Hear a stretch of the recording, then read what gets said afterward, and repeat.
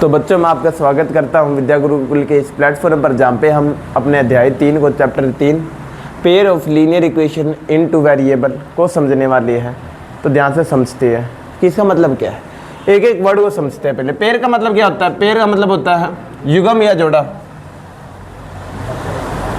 ठीक है। फिर ये बोला लीनियर इक्वेशन।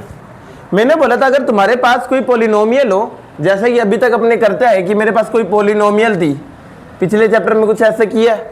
अगर इस पॉलिनोमियल के साथ में क्या निशान आ जाए, जीरो का या बराबर का निशान आ जाए, क्या आ जाए, और यहाँ पे कुछ लिखा हो, यहाँ पे कुछ लिखा हो, तो इसका नाम क्या हो जाता है, इक्वेशन हो जाता है। क्या नाम हो जाता है, इक्वेशन। क्योंकि इसकी डिग्री 2 है तो इसका नाम हो जाएगा क्वाड्रेटिक इक्वेशन। ये बात समझ आ गई। ये बोल रहा है कि मुझे कौन सी इक्वेशन की बात करनी है, मुझे लीनियर इक्वेशन की बात करनी है। तो लीनियर इक्वेशन कौन सी होती है, लीनियर इक्वेशन कौन सी होती है, ऐसी इक्वेशन जिसकी डिग्री कितनी हो, यानी जिसमें हाईएस्ट पावर है, एक्स की हाईएस्ट पावर, चेंज होने वाली चीज की हाईएस्ट पावर कितनी हो, 1 हो, डिग्री कितनी हो, 1 हो। तो ऐसी इक्वेशन को क्या कहते हैं, लीनियर इक्वेशन कहते हैं।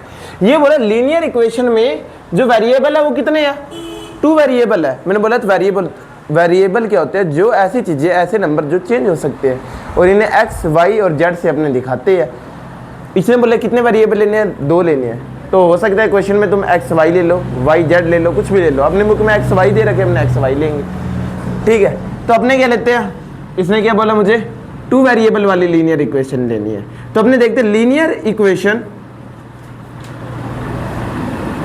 ठीक है, इन 2 वेरिएबल कैसे दिखती है, यानी 2 चरों वाली रैखिक समीकरण कैसी दिखती है। इसकी डिग्री 1 होनी चाहिए, यानी चेंज होने, जितने भी चेंज होने वाले हैं उनकी पावर कितनी होनी चाहिए, 1। यानी x होगा मेरे पास, उसकी पावर कितनी होगी, 1 होगी। मेरे पास y होगा, उसकी पावर कितनी होगी, 1 होगी। और इक्वेशन है, इक्वेशन है, इसका मतलब बराबर का निशान होगा। और मुझे बता नहीं रखा भी बराबर के यहाँ पे क्या है, तो मैं 0 मान लेता हूँ, कोई दिक्कत नहीं है। अब देखो x के साथ कोई नंबर होगा, उसका नाम तो हो जाएगा a1, क्या हो जाएगा, a1। और y के साथ कोई नंबर होगा, उसका नाम क्या हो जाएगा, b1, ठीक है। तो ये बात याद रखना। अब मैंने a1 b1 क्यों माने, क्योंकि इसने बोला पेयर लेना है। ये तो एक लीनियर इक्वेशन होगी, मुझे एक और लीनियर इक्वेशन लेनी है। जब मैं एक और लूंगा तो उसमें भी x की पावर 1 और x की पावर y की पावर 1। इसके साथ भी कुछ गुना में होगा, इसे a2 मान लेते हैं। इसके साथ भी कुछ गुना में होगा, इसे b2 मान लेते हैं, ठीक है। और यहाँ पे भी देखो प्लस में हो सकता है कुछ जुड़ा हो, है ना, ये भी मान के चलता है कि प्लस में हो सकता है कुछ जुड़ा हो इसके, क्योंकि वेरिएबल तो होने चाहिए, नंबर तो कितने भी हो सकते हैं ना आगे। तो इसके साथ भी कुछ जुड़ा हो सकता है, इसे C1 मान लेते हैं, C2 मान लेते हैं। तो ये बात आ गई समझ कि लीनियर इक्वेशन क्या है। तो इसने बोला पेयर लेना है, पेयर यानी पहले लीनियर इक्वेशन बनाओ 2 वेरिएबल वाली। तो मैंने 2 वेरिएबल वाली क्या बना ली, लीनियर इक्वेशन बना ली। फिर इसने बोला कि पेयर चाहिए मुझे, जोड़ा चाहिए। तो मैंने क्या ली, मैंने एक लाइन बनाई, फिर मैंने दूसरी लाइन बनाई। अब मैंने लाइन क्यों, क्या, क्योंकि लीनियर इक्वेशन को जब आप खींचते हो, इसका ग्राफ बनाते हो, तो कैसी बनती है, एक लाइन बनती है। क्या बनती है, लाइन। इसलिए मैं बोल सकता हूँ कि मुझे कितनी लाइनें लेनी है, 2 लाइनें लेनी है। यानी लाइन का क्या लेना है, पेयर लेना है। इसलिए यहाँ पे लिखा है pair of linear equation in 2 variable, यानी 2 वेरिएबल वाली जो लीनियर इक्वेशन है, मुझे उसका क्या लेना है, जोड़ा लेना है। ये बात समझ के चैप्टर का नाम क्या है। तो यहाँ पे ये समझ आ गया। अब मैंने यहाँ पे सी क्यों लिखा, तो हो सकता है देखो इक्वेशन तुम्हें ऐसे दे रखी हो, ऐसे दे रखी हो सी, यानी यहाँ पे सी कितना है, 0 है। हो सकता है इक्वेशन ऐसे दे रखी हो सकता है ना। तो यहाँ पे सी कुछ ना कुछ तो है, कितना है, 5 है। दोनों ही क्या है, लीनियर इक्वेशन है। ये बात समझ आ गई। तो ये बात है, ये तुम्हें लिखना है, कितना, इतना पार्ट, कि लीनियर इक्वेशन ऑफ 2 वेरिएबल का मतलब क्या है। तो मैंने बोला ऐसी इक्वेशन का मतलब बराबर में कुछ होना चाहिए, पॉलिनोमियल के बराबर में कुछ लिख दो। यहाँ पे कुछ नहीं है तो मैंने 0 लिख दिया। ये बात समझ आ गई। फिर क्या था, ये बोल रहा है लीनियर इक्वेशन है, इसका मतलब डिग्री कितनी होनी चाहिए, 1। यानी जो भी चेंज होने वाली चीजें उनकी पावर कितनी होनी चाहिए, 1। और ये बोल रहा है कितने चेंज होने वाली चीजें होनी चाहिए, 2 चेंज होने वाली चीजें चाहिए। तो मैंने बोला चेंज होने वाली चीज़ों को एक्स, वाई और जेड से दिखते हैं, अपने एक्स वाई का यूज़ कर लेते हैं। तो यहाँ पे एक्स आ गया और यहाँ पे वाई आ गई, यहाँ पे एक्स आ गया और यहाँ पे वाई, और इनके साथ कुछ गुना में भी हो सकता है। तो ये इनके कोफिशिएंट हो गए, एक्स का कोफिशिएंट a1 और a2, वाई का कोफिशिएंट b1 और b2, और जो अकेला है उसका नाम C1 हो जाएगा। ये बात समझ आ गई? तो यहाँ पे ये बात समझनी है। एग्जाम्पल के तौर पर आप ये लिख सकते हो कि लीनियर इक्वेशन का एग्जाम्पल अगर लिखना चाहो तो, ठीक है। इससे क्या हो जाएगा, आसान हो जाएगा समझना आपके लिए। अब समझते हैं कि अपने को क्वेश्चन करने हैं। तो 2 लाइनें दे रखी है, अगर इन 2 लाइनों को आप ग्राफ में बनाओगे तो ये 2 लाइनें एक दूसरे को काटेगी। हो सकता है ना भी काटे, ठीक है, और हो सकता है कि बहुत बार काटे। जैसे कि मैं बताता हूँ, आपने ग्राफ बनाया इन 2 लाइनों का, हो सकता है ये 2 लाइनें एक पॉइंट पर काटे, ठीक है, हो सकता है ये 2 लाइनें एक पॉइंट पर काटे। जब तुमने क्या बनाया, ग्राफ बनाया, जब ये एक पॉइंट पर काटेगी तो मैं बोलूंगा ना कि एक ऐसा पॉइंट है जिसके ऊपर क्या दोनों लाइनें का आंसर, क्या दोनों लाइनों का आंसर सेम है, तो मैं बोल सकता हूं कि यहाँ पे क्या इसका एक सोल्यूशन है। कितना सोल्यूशन है, 1 सोल्यूशन है ना। ये बात समझ आ गई?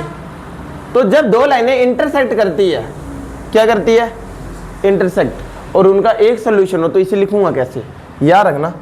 जब किसी का एक सोल्यूशन हो उसे कैसे लिखते हैं, तो अपने बोलते हैं कि मेरे पास लाइनें दे रखी होगी, तो मैं बोलूँगा A1 और A2 होता है ना, इनका जो डिवाइड होता है, इनका जो डिवाइड होता है वो किसके बराबर होगा, वो B1 अपॉन में B2 के तो बराबर होगा, ठीक है।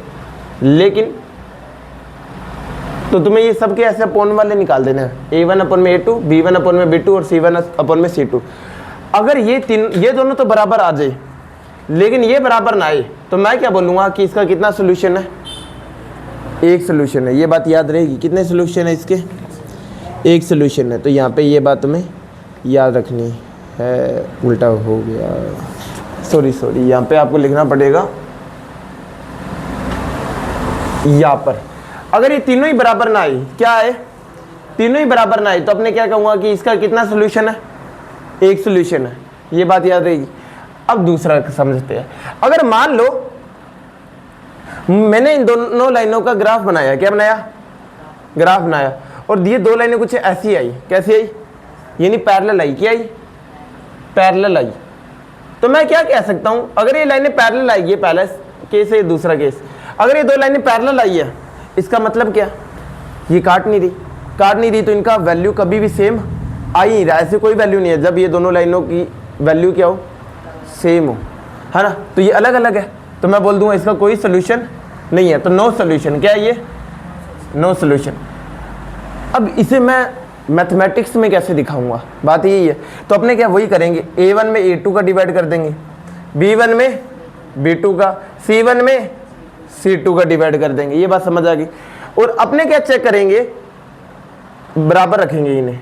अगर ये दोनों तो बराबर आ जाए, ठीक है, ये दोनों बराबर आ जाए, लेकिन इसके ये बराबर में ना आए, तो मैं क्या कहूँगा कि ये जो लाइन है वो क्या है, पैरेलल है, ठीक है, और इसका कोई सोल्यूशन नहीं है।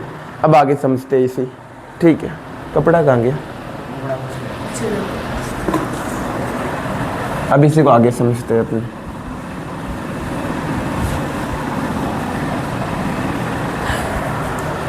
मान लो तीसरा केस क्या है कि तुमने क्या किया, तुमने लाइनें बनाई, क्या बनाई, लाइन बनाई एक, और दूसरी लाइन जब तुमने बनाई, दूसरी लाइन जब तुमने बनाई, वो इसी के ऊपर बन गई, क्या बन गई, इसी के ऊपर चढ़ गई, ठीक है। तो मैं क्या कहूँगा कि ये जो लाइनें ये कोइंसाइड कर रही है, क्या कर रही है, कोइंसाइड कर रही है, कोइंसाइड यानी एक के ऊपर एक चढ़ रही है। जब ये कोइंसाइड कर रही है तो देखो इस पॉइंट पर भी दोनों की वैल्यू सेम है, इस पॉइंट पर भी दोनों लाइनों की वैल्यू सेम है, इस पॉइंट पर भी दोनों वैल्यू की सेम हो, और एक जो लाइन होती है ना वो लाखों पॉइंटों से मिलकर इनफाइनाइट पॉइंटों से मिलकर बनती है, यानी गिन नहीं सकते तुम। तो मैं बोलूँगा इसके मैनी सोल्यूशन है, कितने सोल्यूशन है, मैनी इनफाइनाइटली सोल्यूशन। ये बात याद रहेगी। और इसे अपने मैथमेटिक्स में कैसे दिखाएंगे, तो 2 लाइनें मेरे पास, ठीक है। तो पहली लाइन का कोफिशिएंट x का कोफिशिएंट लो, दूसरी लाइन के x का कोफिशिएंट लो, इसका डिवाइड कर दो। पहली लाइन के y का कोफिशिएंट लो, दूसरी लाइन के y का कोफिशिएंट लो, दोनों को डिवाइड कर दो। फिर दोनों का कांस्टेंट लो, एक कांस्टेंट इसका, एक कांस्टेंट इसका। अगर ये तीनों की वैल्यू सेम आ जाए, क्या आ जाए, सेम आ जाए, तो मैं क्या कहूँगा ये दोनों लाइनें क्या है, ये दो लाइनें कोइंसाइड करती है, क्या करती है, यानी तीनों चीज़ें बराबर है, यानी लाइनें बराबर है असल में। देखो इसका जो भाग था, इन दोनों का भाग, इन दोनों का भाग और इन दोनों का भाग बराबर आ रहे हैं, यानी जो दोनों लाइनें वो असल में सेम ही है और वो एक दूसरे के ऊपर क्या चढ़ी हुई है, ये बात याद रहेगी। और याद रखना जब एक दूसरे के ऊपर चढ़ी होती है तो हर एक पॉइंट पर वैल्यू सेम होती है, इसलिए मैं कहता हूँ कि इसके सोल्यूशन बहुत सारे हैं। इसमें पहले केस में क्या था, दोनों लाइनें एक पॉइंट पर काट रही थी, इसलिए वन सोल्यूशन था। तो इंटरसेक्टिंग, जब इंटरसेक्टिंग होती है ना लाइन, तो कितने सोल्यूशन होते हैं, वन सोल्यूशन होते हैं। और इसमें तीनों ही बराबर नहीं होते, तीनों ही बराबर नहीं होते।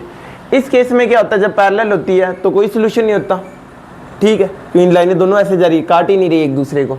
तो यहाँ पे इस केस में क्या होता है, A1 अपॉन में A2 और B1 अपॉन में B2, इनकी वैल्यू तो सेम होती है, लेकिन C1 और C2 की वैल्यू जो होती है वो इनके बराबर नहीं होती। तो ये तीन केस अच्छी तरह कॉपी में लिख लो और क्वेश्चन करेंगे तो और अच्छा समझ आ जाएगा। जय हिंद।